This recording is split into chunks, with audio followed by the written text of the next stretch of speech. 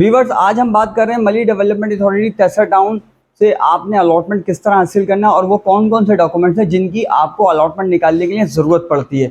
और हम बात करें व्यूअर्स, आज 2006 से लेके और 2022 तक जितनी भी वैलिडिंग है उनका अलॉटमेंट का निकालने का तरीक़ेकार क्या है, उनमें पेपर वर्क कौन कौन से लगते हैं और कौन कौन से डॉक्यूमेंट्स की ज़रूरत पड़ती है जिससे आपको आसानी से अलॉटमेंट हासिल हो सके। तो व्यूअर्स, ये तमाम तर मालूमात देख रहे हैं हमारे यूट्यूब चैनल प्रॉपर्टी इन्फॉर्मेशन के ऊपर। व्यूअर्स, वीडियो पूरी देखने से पहले आपसे गुजारिश करूंगा कि आप लोग मेरे यूट्यूब चैनल के ऊपर नए हैं तो आप मेरे यूट्यूब चैनल प्रॉपर्टी इन्फॉर्मेशन को जरूर सब्सक्राइब कर दें ताकि आपको तेसर टाउन स्कीम 45 की बर वक्त मालूमात मिलती रहे। तो व्यूअर्स, आइए जानते हैं और देखते हैं अपनी वीडियो।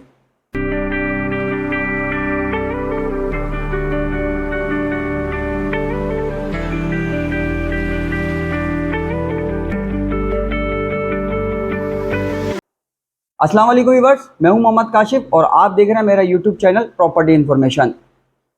व्यूअर्स, जैसे कि अलॉटमेंट निकालने के लिए आपको जो जो डॉक्यूमेंट्स की ज़रूरत पड़ती है आज उस हवाले से मैं आपको वीडियो अपनी प्रेजेंट कर रहा हूं जिससे आपको अलॉटमेंट निकालने में आसानी होगी और क्या क्या डॉक्यूमेंट्स लगते हैं वो तमाम तर मैं आपको आज प्रॉपर गाइड करूँगा जिससे आप आसानी से अपने हाथों अपना अलॉटमेंट खुद निकलवा सकते हैं। तो व्यूअर्स, अगर आपके पास प्लॉट चाहे 80 गज़ हो, 120 गज़ हो, 240 गज़ हो या 400 गज़ हो, चाहे उसकी वैलिडिंग 2006 की हो, 2013 की हो, 2019 की हो या 2022 की, उसकी कॉस्ट ऑफ लैंड 100% होनी चाहिए, तब आप अलॉटमेंट अपना इशू करा सकते हैं। अब उस इशू कराने के लिए आपको क्या चीज़ें दरकार हैं वो मैं आपको बताता चलूँ कि अगर आपकी जो फाइल है, फाइल फ़िलहाल अभी आपके पास इन स्लिपों की नौयत में होगी, इस टाइप की जो स्लिपें होंगी वो आपके पास फाइल जो है वो स्लिप की नौयत में होगी आपके पास। अभी आपका पेपर वर्क जो है अभी कंप्लीट हुआ है और अभी आप अलॉटमेंट की तरफ जा रहे हैं, तो आपके पास जो भी कॉस्ट ऑफ लैंड की स्लिपें होंगी, चाहे जैसे मैंने आपको जिक्र करा उसमें 80 गज़, 120 गज़, 240 गज़, 400 गज़, जो भी आपका प्लॉट है उसकी कॉस्ट ऑफ लैंड पूरी होनी चाहिए। वो आपने पूरी करने के बाद तमाम डॉक्यूमेंट जो आपकी स्लिप है उसको कॉपी करा लें। कॉपी कराने के बाद अगर आपके पास अपना ओरिजिनल एनआईसी है तो ओरिजिनल एनआईसी की कॉपी करा लें और अपनी पासपोर्ट साइज़ 3 पिक्चरें बनवा लें जो कि आपको अलॉटमेंट के लिए ज़रूरत पड़ती है। उसके बाद आपने करना क्या होता है, उसके बाद आपने ये मेरे पास एक ज़ीरो फॉर्म है, आपने ये ज़ीरो फॉर्म आपने लेना होता है। इस ज़ीरो फॉर्म के अंदर क्या होता है वो मैं आपको बताऊंगा आगे। अब ज़ीरो फॉर्म के साथ जो है आपको पूरा मुकम्मल जो है ज़ीरो फॉर्म इस तरह मिलता है, जो तेसर टाउन के ऑफिस है वहाँ से आपको मिल जाता है अक्सर इस तरह। उसमें एक अथॉरिटी लेटर लगा हुआ होता है और एक एफिडेविट लगा हुआ होता है। ये इस तरह आपको ब्लैंक जो है ज़ीरो फॉर्म आपको 1500 रुपये तक का तकरीबन मिल जाता है, इस तरह का ये ज़ीरो फॉर्म। अच्छा, अब ज़ीरो फॉर्म में करना क्या होता है कि आपने सबसे पहले जो आपको मैंने बताया डॉक्यूमेंट्स की कॉपी करा लें, तस्वीरें बनवा लें और अपना एनआईसी की कॉपी बनवा लें। ये तमाम चीज़ें हो गई। उसके बाद आपने ज़ीरो फॉर्म ले लिया। ज़ीरो फॉर्म के बाद क्या होता है कि अगर आप 2006 के अलॉटी हैं या किसी भी सन के अलॉटी हैं तो यहाँ ऊपर जो है आपको फाइल नंबर लिखना होता है। जैसे कि मेरे पास इस वक्त 80 गज़ की फाइल है तो 80 गज़ पे यहाँ पर LGP, ये मैं बात कर रहा हूँ जनरल पब्लिक की या जो भी है उसके लिए LGP होता है। इस तरह अलाइड बैंक की स्लिप होती है या बहुत से लोगों के पास कंफर्मेशन लेटर होता है, जैसे 2019 वालों के पास कंफर्मेशन लेटर है, उसमें अलाइड बैंक की स्लिप नहीं होती। ठीक है, ये 2006 वालों के पास अलाइड बैंक की स्लिप होती है।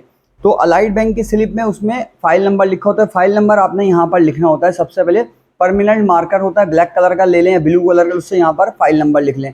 फाइल नंबर लिखने से क्या होता है कि फाइल नंबर से तेसर टाउन के अंदर फाइल नंबर से ही आपका प्लॉट चलता है। प्लॉट नंबर से आपका प्लॉट नहीं चलता, फाइल नंबर से ही प्लॉट चलता है। आपने यहाँ पर इसमें फाइल नंबर लिखना है। उसके बाद ये आपसे पूछेगा सेक्टर और प्लॉट कंप्लीट एड्रेस, यानी कि आपने सेक्टर का नंबर, फेस का नंबर और प्लॉट नंबर लिखना है। फिर उसके बाद स्क्वायर यार्ड, उसके बाद पूछ रहे नेचर ऑफ प्लॉट, आपने प्लॉट की नेचर लिखनी है कि आपका रिहायशी प्लॉट है, कमर्शियल प्लॉट है। फिर आपने स्क्वायर यार्ड पूछ रहे हैं आपका ज़ीरो फॉर्म के ऊपर, स्क्वायर यार्ड लिखना है, कितने स्क्वायर यार्ड का, 80, 120, 240 या 400। और उसके बाद नाम लिख रहा है अलॉटी का जिसके नाम पे आपने अलॉटमेंट इशू कराना है। ये आपने लिख लिया। इसके लिखने के बाद इसके अंदर तकरीबन भी 17 से 18 साइन होते हैं और वो इस फॉर्म पे वाज़े नज़र आता है कि दस्तखत कराना है और जो है अंगूठा लगाना है आपने। वो वाहिद उर्दू में लिखा हुआ होता है इस फॉर्म के अंदर।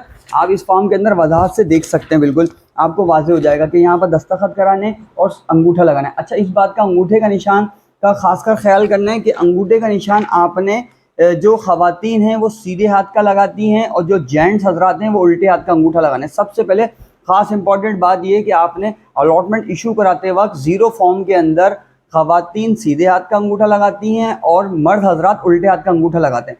तो आपने ये तमाम कार्रवाई पूरी कर ली, इसकी अंगूठे लगा लिए, साइन लगा लिए, और फिर इसके अंदर जो जो रिक्वायरमेंट है इसकी फिल करने की, जहाँ जहाँ ये बोल रहे हैं कि भाई मेरा नाम लिखो, एनआईसी नंबर लिखो, एड्रेस लिखो, और जो जो आपको फॉर्मेलिटीज़ है, आप ज़ाहिर अलॉटमेंट इशू करा रहे हैं तो आपको तमाम चीज़ें मालूमात होनी चाहिए, और ये मैं आपको अपने यूट्यूब चैनल के ज़रिए आगाह कर रहा हूँ। और आपने जो है इसके अंदर तमाम जो भी जहाँ जहाँ इसमें रिक्वायरमेंट है, जो जो इसकी नाम की, एनआईसी नंबर की, वो आपने इसको फिल करनी है। फिल करने के बाद इसके अंदर जो आपने डॉक्यूमेंट्स की कॉपी कराई थी वो आपने लगानी है इसके अंदर।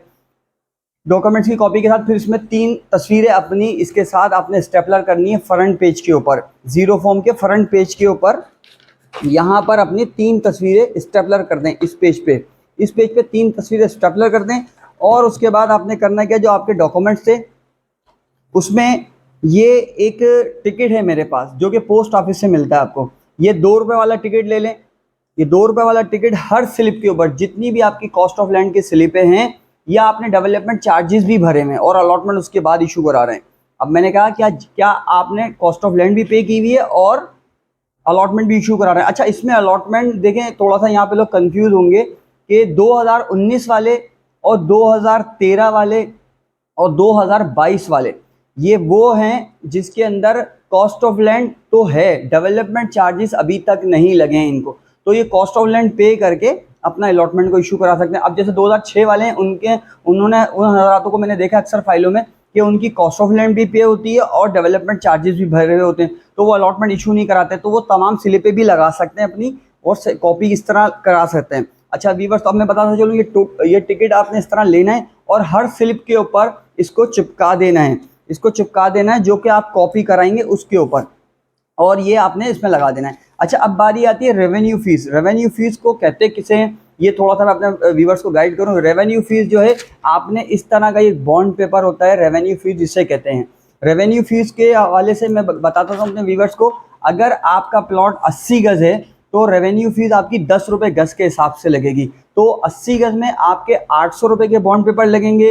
अगर आपका प्लॉट 120 गज का है, रेवेन्यू फीस जिसको मैं आपको बताता चलूँ, ये बॉन्ड पेपर को हम रेवेन्यू फीस कह रहे हैं। रेवेन्यू फीस 10 रुपये गज के हिसाब से 120 गज में 1200 रुपये के लगेंगे। यही प्लॉट अगर आपका 240 गज का है, उसका आप अलॉटमेंट निकलवा रहे हैं, तो उसके अंदर यही रेवेन्यू फीस बॉन्ड पेपर जिसे हम कहते हैं वो आपके 2400 रुपये के लगेंगे। ये व्यूअर 10 रुपये गज के हिसाब से 80 गज में, 120 गज में, 240 गज में 10 रुपये गज के हिसाब से रेवेन्यू फीस के ये बॉन्ड पेपर लगते हैं। अब हम बात करें व्यूअर 400 गज की। अब 400 गज का फॉर्मेट थोड़ा सा रेवेन्यू फीस का अलग है, यहाँ पर 20 रुपये गज के हिसाब से आपको रेवेन्यू फीस लगाना पड़ती है इन बॉन्ड पेपर की सूरत में। अब हम 400 गज की बात करें तो 400 गज के अंदर 20 रुपये से आपके 8000 रुपये के बॉन्ड पेपर बनते हैं। अब आपने 8000 रुपये के इस तरह बॉन्ड पेपर रेवेन्यू फीस अपनी 400 गज के अलॉटमेंट के इशू कराने के लिए लगाने होते हैं। अच्छा व्यूअर्स, इसमें मैं बताता चलूँ, या आपने ब्लैंक नहीं छोड़ने, चाहे वो एक ही क्यों ना लगा हुआ हो, तो आपने ब्लैंक नहीं छोड़ना। आपने भी इसमें फाइल नंबर लिखनी है, प्लॉट नंबर लिखना है और स्क्वायर यार्ड क्या है वो आपने हर पेपर के ऊपर, चाहे आपके पास 5 पेपर हो, 10 पेपर हो, जितने भी पेपर लगेंगे, जितने भी रेवेन्यू फीस के जो कीमत होगी, जितने बॉन्ड पेपर हैं, वो सब के ऊपर आपने इस पर लिखना है। तो ये भी आपने इस तरह लगा देना है इसके अंदर। ये आपकी अब आपका क्या हो गया, इसमें सेट तैयार हो गया। इसके अंदर एफिडेविट लगा हुआ है, उसके अंदर 2 आपके विटनेस चाहिए, विटनेस के साइन और उनकी एनआईसी की कॉपी, और इसके साथ साथ जो 10 फॉर्म है आपका, जिसको हम 0 फॉर्म भी कहते हैं, ओ फॉर्म भी कहते हैं। इसके तो व्यूअर्स, इस 0 फॉर्म के अंदर भी विटनेस की ज़रूरत पड़ती है, जिसमें एनआईसी की कॉपी लगेगी, विटनेस की, दोनों की 2 विटनेस जो होंगे उनके साइन होंगे और उनका एड्रेस लिखा जाएगा इस 0 फॉर्म के अंदर भी। इसमें अथॉरिटी लेटर लगा है वो भी, और इसमें एफिडेविट लगा हुआ है वो भी। अच्छा, इसमें अथॉरिटी लेटर जो लगा हुआ है वो मैं आपको उसके हवाले से गाइड करूँ। अथॉरिटी लेटर हम यूँ लगाते हैं इसमें कि अगर आपने हमसे बिलफर्ज हमसे निकलवाया कोई, या किसी ब्रोकर से अलॉटमेंट निकलवाया, तो अथॉरिटी इस बात की वजाहत होती है कि भाई आप मेरी गैर मौजूदगी में इस शख्स को ये लेटर दे सकते हैं। अगर वहाँ के खुद आप अलॉटिंग और ख़ुद निकलवा रहे हैं और ख़ुद निकलवाना चाहते हैं तो फिर आपको अथॉरिटी लेटर की इसमें ज़रूरत नहीं पड़ेगी।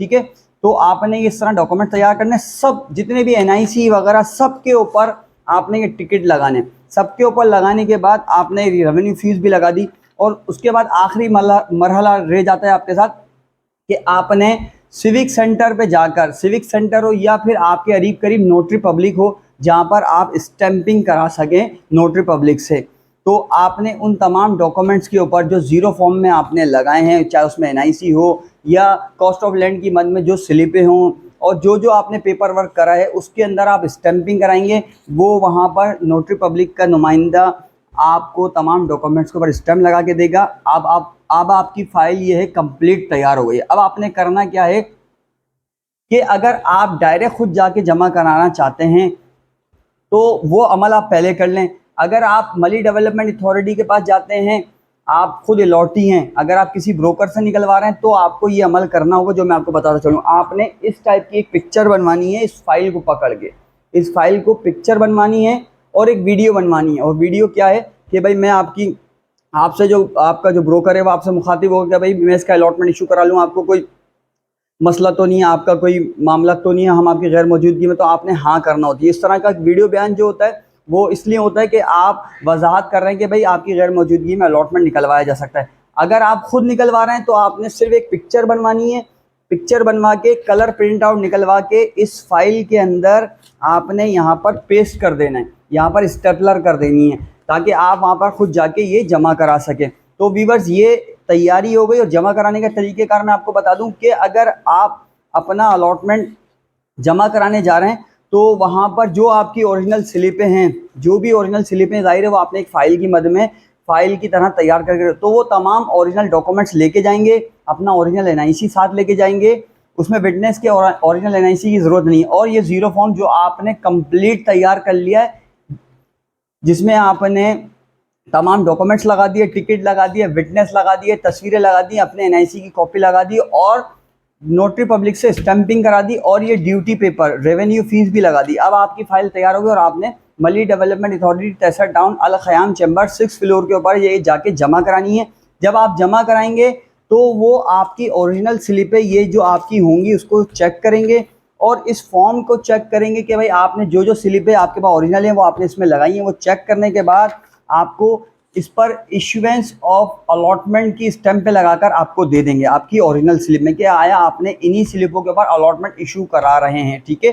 फिर आपको ये लास्ट वाला जो पेपर है ज़ीरो फॉर्म का, ये लास्ट वाला पेपर आपके रिसीविंग होंगी और रिसीविंग इस बात की वजाहत करेगी, इस बात की ज़मानत देगी कि भाई आया आपकी जो अलॉटमेंट है इन स्लिपों के ऊपर आपने जमा करा दी और आपको रिसीविंग मिल गई, वो आपने अपनी इस फाइल के अंदर लगा देनी है। अब जो भी आपको टाइम देंगे मली डेवलपमेंट अथॉरिटी, उस टाइम अगर आप अलॉटी हैं तो आपको उस टाइम वहाँ पे प्रेजेंट होना है ताकि वो फिर आपके अलॉटमेंट की कार्रवाई करें। तो व्यूअर्स जब आपको अलॉटमेंट मिल जाएगा, अलॉटमेंट मिलने के बाद आपको अपनी ओरिजिनल फाइल दोबारा लेकर जानी है।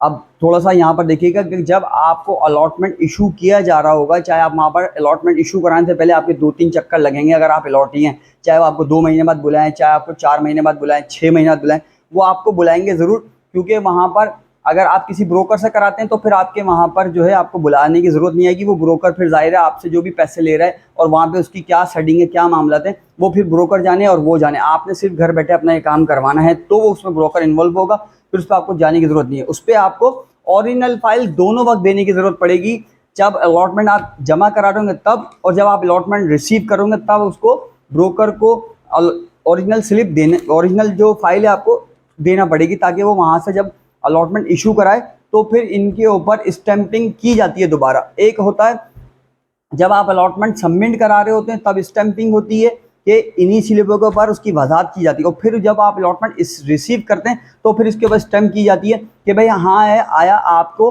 इन स्लिपों के ऊपर ही अलॉटमेंट इशू कर दिया गया। तो ये ज़रूरी होता है कि आप ये स्लिपें जब अलॉटमेंट सबमिट करा रहे हो तब लेके जाएँ, जब अलॉटमेंट ले रहे हो तब ये ओरिजिनल अपनी स्लिपें लेके जाएँ ताकि उस पर स्टैंपिंग हो जाए।